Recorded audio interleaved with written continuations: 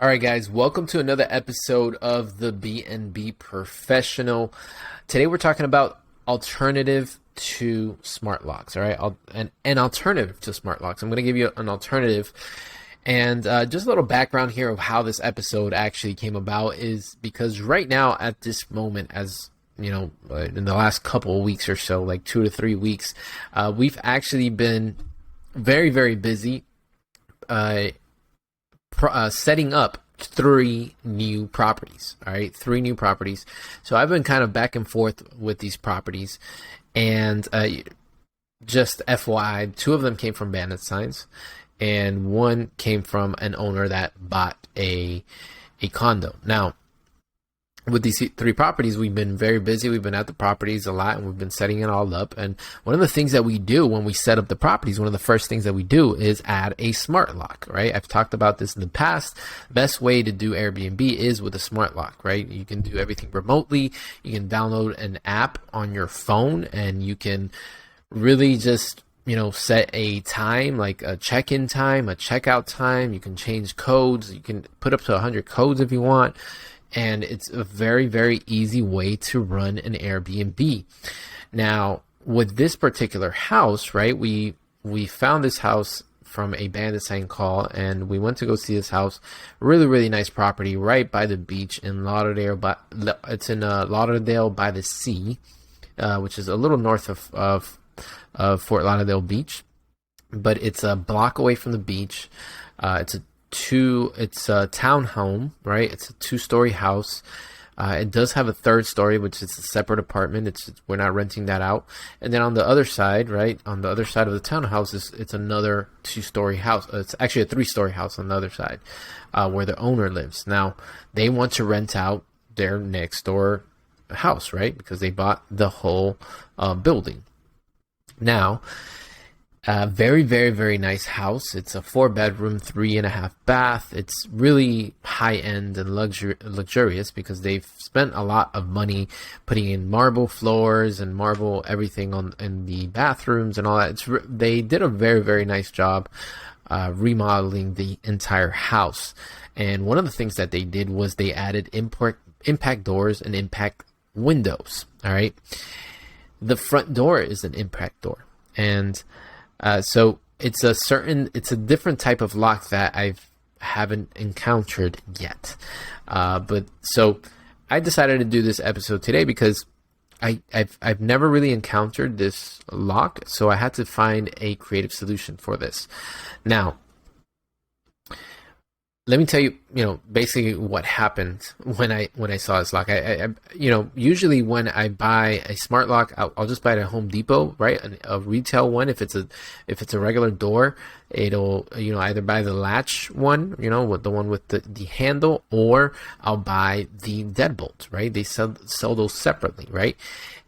When I went to go look at this lock and I took the face off of the lock, I saw inside, and it had like this square mechanism inside, and what it looked like was a lock called a mortise lock. Okay, I hope I'm pronouncing it correctly, because I've heard 2 different pronunciations since I've heard about this lock. Online I've heard mortise, and then from the salesperson I heard mortise, which I think it's mortise, right? Because this salesperson works with these locks all day, right? So I ended up seeing, right, pulled back the face of the lock, and I saw this one single mechanism inside the door, and it looked like a mortise lock. So I was like, okay, cool.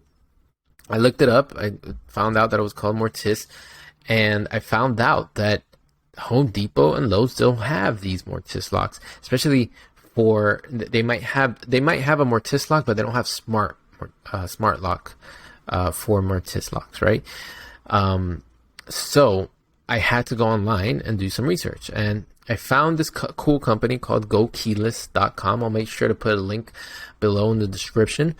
It's called GoKeyless.com, and I spoke to the sales agent called Ron. Okay, and shout out to Ron, right? I forget his last name. I don't have his last name with me, but it was very, very cool guy. The company seems pretty legit. They sent me 2 locks that we ended up buying. So I talked to him and I said, I have this mortise lock on this door and I can't find a solution for smart locks. So, can you help me out? And he found a lock. And he said, yeah, that's what we do all the time. Just these mortise locks are more for commercial style buildings, right? So yeah, ended up I went back to, they're a little bit more expensive than a retail price, and that's what Ron explained to me. So I was like, okay, cool, at least you have a solution. Let me present this to the owner so I can see if he wants to go with it or not. I ended up convincing them. The best thing to do is a smart lock, right? For many different reasons, and I can make a whole episode about that. But anyways, I talked to the owner and they actually bought 2 because they have 2 houses side by side, and they were like, yeah, I want a freaking digital lock for mine too. So buy them. And I said, okay, cool, I'll install it, right? If you buy it, I'll install it, because that's what I usually do. I ended up getting the locks. I went to the door again the next day or 2, and then thankfully the handyman that was working at the property was there, because I was able to have him open the door, because I didn't know, there was like a certain plate on the side of the door. It was all metal, and you had to kind of like take some screws, and it was a little complicated. So I ended up asking him, like, can you help me out here? And he ended up taking the face of the side of the door off. And then when I went to go put that lock in, I look, I see the actual lock, and I was like, whoa, this is not a mortise lock. Like, this is something else. I've never seen this, right? So I took a picture and I sent it to Ron, and he explained that it's called a 2-point lock, which is, I guess, it looks like it's usual in impact doors. I don't know much about impact doors, but they had a 2-point lock, right? Which is basically they had a metal bar, right, on one on the top and one on the bottom. And it goes all the way to the length of the door, all the way to the top, and then all the way to the bottom as well, right? The other rod goes all the way to the bottom. I guess when you lock it, those 2 little bars stick out on the top and the bottom, and they go into like a little hole in the door frame. So it makes sense, right? It's more reinforced for an impact door. So, but I called Ron, and he's like, dude, there is no solution for these 2-point locks. There is no solution. Like, it just doesn't exist. Like, there's no manufacturer who's ever done a smart lock for a 2-point system. So I was bummed out, and I was like, man, I bought these locks, they don't work. So I had to go back to the owner and present a solution.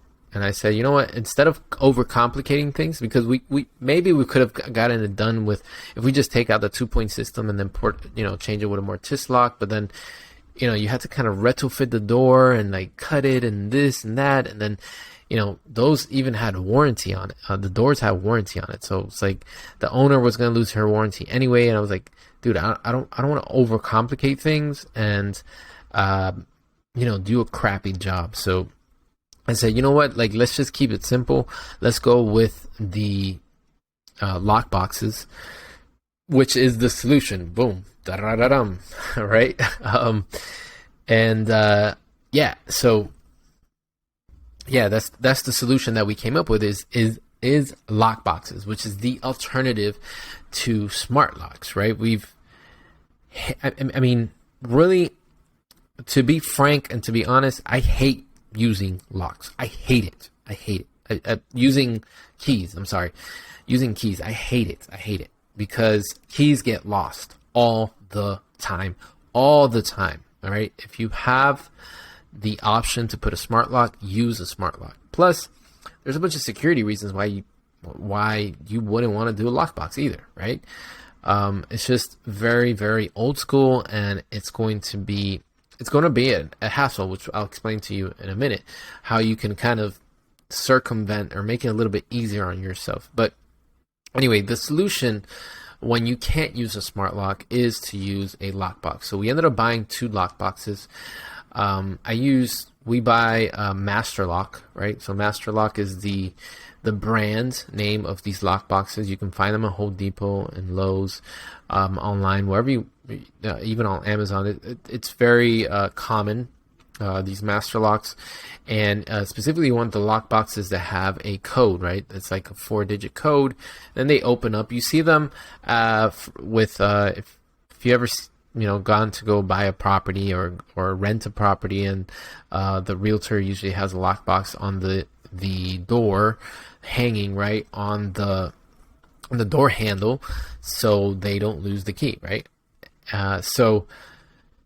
But we ended up buying one because they sell ones that you can hang on the door handle, and they sell ones that you can like screw into a wall or a door or something like that. So we ended up buying the ones that screw into the wall because we don't want anything hanging on the door. It just looks uglier, right? And so we ended up buying the one with the flat back, and we screwed it into the wall. We ended up buying two. And this is the solution which I recommend if you guys are going to use lock boxes to do this, right? Number one, you need one by the door for the guest to use, right? And that's the code you're going to give the guest to get in. And then you need a backup one. So we ended up putting one by the door and one by the garage. And that code we don't give out unless there's an emergency, right? And this person gets locked out, the guest gets locked out, then we have a backup key by the garage in case they get locked out. So I don't have to, rush over there. It's a quicker solution than me going, with a copy, and we can solve that issue pretty fast than as opposed to, me going out there and they have to wait in the hot sun or in their car for 20, 30 minutes, 40 minutes, depending on what I'm doing, right? You definitely need a backup one. So we bought two, and one by the door, one by the garage, and that's how we're going to run it, man. That's how we're going to run it. Now, that is a solution. The alternative for smart locks is the lock boxes. And like I said, I'm going to put a link at number one to Keyless where we bought the, if you have the option to use a smart lock, use a smart lock. All right, don't take this episode like, oh, I'm just going to use lock boxes because whatever, it's cheaper or whatnot. Don't do that, man. Spend the money. Okay, if you have that option, do it. If you don't have the option, that's what this episode's about, right? If you don't have the option to do it and there's just no other way, but you have to use keys, then use the lock boxes. Now, how to protect yourself, right? From being, and I say protect because there's some security factors that you will need to understand here, but also how to protect yourself from being at that property all the damn time and it being a headache for you to use lock boxes. All right, I'm going to explain what we're using, and since we don't have that many units with lock boxes, I mean, we don't have any units with lock boxes. These are the things that I've thought of that hopefully make my life easier, and and also to protect myself and protect the owner's property from a security standpoint, right? So the issue with the lockbox and why I'm talking about security, right? Let me just talk a little bit about that. It's because, you can't really change that code as often as you can a digital lock. So you're going to have to be there to change that lock, or somebody's got to be there, or, either you or the cleaning crew or the owner. Somebody's got to change that code as often as you can. If you can change it after every guest, great, right? If you have somebody there all the time, like that's why the cleaner might be a good option. But then, you kind of have to coordinate, like, what's the code? What's the new code? You have to talk to your reservationist or your guest communication person, and you have to be back and forth, and they have to give you that code before the next person checks in. So it's a little hassle because you have to do this physically, like manually. Okay, you can't do it remotely. So, but from a security standpoint, you can also, you're using a key. these keys can get copied, right? Number one. And number two, if you don't change that code, you know, if you don't change it often, then that person, who's to say that guest can leave, and it can be a great guest, leave you 5-star reviews, and then come back the next day after they've checked out, and they still have the code, right? So they can grab the key and go in and rob you, right? Thankfully, we also have security cameras, so definitely have security cameras in all your properties. But yeah, there's a security issue, right? There's a security issue that, or they can just tell you, hey, look, I lost the key, and then just keep it in their pocket and come back at night and rob you again, right? So there is a security risk, and these are substantial thoughts or perspectives, right? From the owner's perspective. They actually brought this up to me, and I was like, yeah, we need a solution to make sure that everything's secure. And the solution is just our system. We got to make sure that we do it smart. As a property manager, you owe that to the owner. So number one, I would say definitely change the code as often as possible. So we're going to try to be doing it every 2 weeks. And if not on a monthly basis, right? Or, we're going to see how we're going to start off with 2 weeks, and then kind of see if it's like, okay, well, can we do it after every guest, or does it have to be every other guest? But definitely we're going to have some frequency, right? A frequent change of the code from the lock, right? Definitely from the backup, we have to change that code every single time we use it. We're not going to use it as often, so you don't need to be there as frequent as often for as often for the backup lock. But for the guest lock, it definitely needs to be changed. Okay, so you kind of need to have a system and need to be able to communicate with your guest communications person, with your cleaning crew, and say, hey, look, this is the new code, all right? And then next, change it again. This is the new code, all right? Change it again. This is the new code. So there has to be some type of frequency here, right? Number two, I would say, and this is a idea that the owner brought up. Okay, if a key is lost, then you should consider changing your lock. Okay, change your lock, and you can charge the guest for this, right? Because they lost the key. Now it's going to be pretty expensive, so make sure you put that up front, right?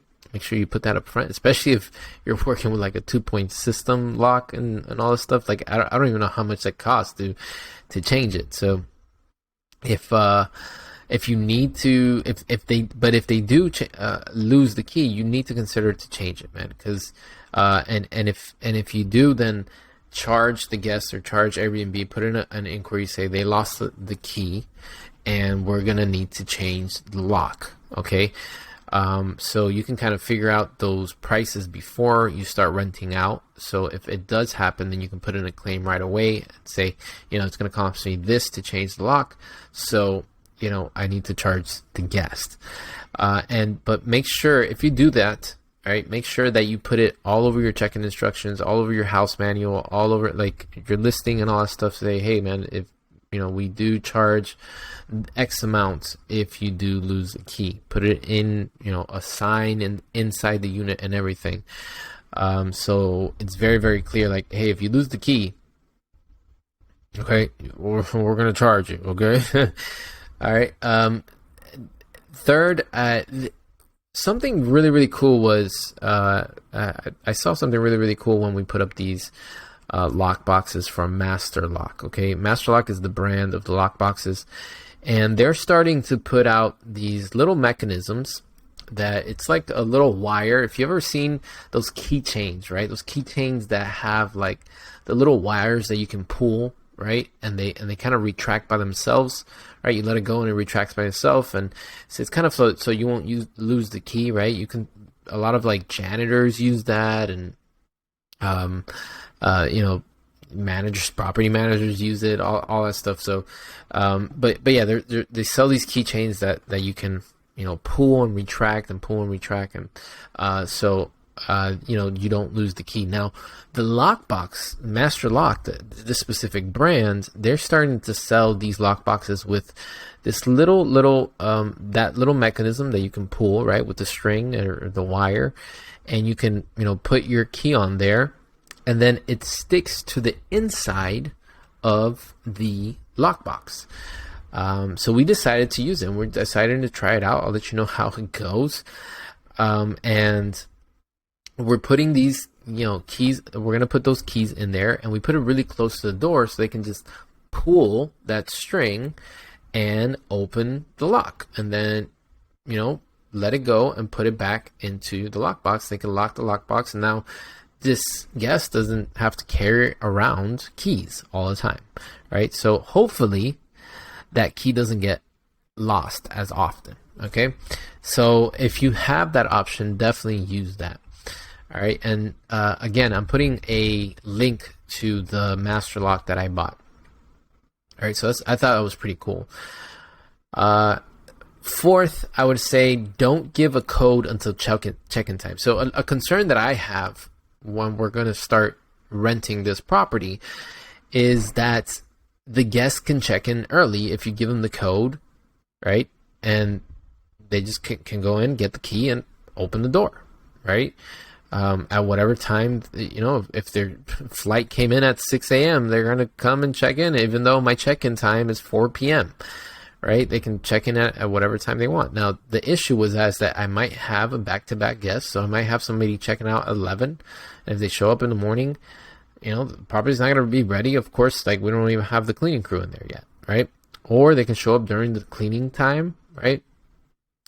And then it might be an issue, right? They might go back and forth with my cleaning crew and all that stuff. I want to avoid that. So, what we're going to do, and we're going to try to do, is only give them the code 10 minutes before they check in. So, if they're trying to check in early, they have to message me, and they're saying, "Hey, man, I haven't gotten the code." I'm saying, "Yeah, because your check-in time is 4 p.m." And then at that point, I can decide to give them that code or not at that time, depending on whether or not the property's ready, if the cleaning crew's out, right? And I can say, well, okay, here's the code, you can go in. All right. But definitely if you do that, also put that in the check-in instructions. Say, hey, look, you're going to get the code 10 minutes before, right? Just put it somewhere, somewhere big in your check-in instructions, and maybe message them, send them an automated message before as well, saying, remember this is your check-in day, and remember that you're going to get the code 10 minutes before you check in at 4 p.m. Okay, because we still want self check-in. We're not going to meet these people, and they can check in at any time of the night, in the evening after 4 p.m. So sometimes they come in at 12 at night. I'm not going to be there, right? So yeah. Don't give the code out until check-in time. 10 minutes before, you send them a message. Hey, this is your code. Boom. Okay. And last but not least, number 5, I would say definitely have backups. Like I said, you have a backup lockbox in case anything gets lost, but also have backup keys on your keychain, right? And definitely give one to the cleaner, one for yourself or 2 for yourself, right?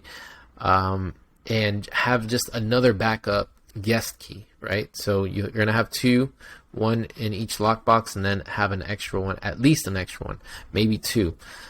So, it doesn't cost much to copy these keys. So just make sure that you have enough, and definitely label them, right? Do not be lazy and not label them. Definitely label them, because they will get lost in your house keys or whatnot. And then you're stuck when you have a situation and you can't even find the key because you didn't label it, you didn't put it in the right place or whatnot. You have to be very, very organized when it comes to property management and specifically with keys, if you ever have to use keys. So label them. Okay. So anyways, just to recap, man, I hope you liked this episode. I thought it was a pretty cool scenario that I have to think creatively to use, And we're kind of building this system around, having to use lock boxes versus the smart locks. Now, just to recap, like I said, I ran into this issue with the door. It was a 2-point system. They don't make them, so I had to use keys. We didn't want to change the door out and all that, so we ended up using lock boxes. One lock box by the door and one other backup lock box somewhere outside in front. Make sure that if those backup ones, make sure that it's accessible to the guests somewhere in front. Put it up on the wall, or just get a hanging one if you have a fence somewhere. I usually put them by like where the hose goes, the water hose.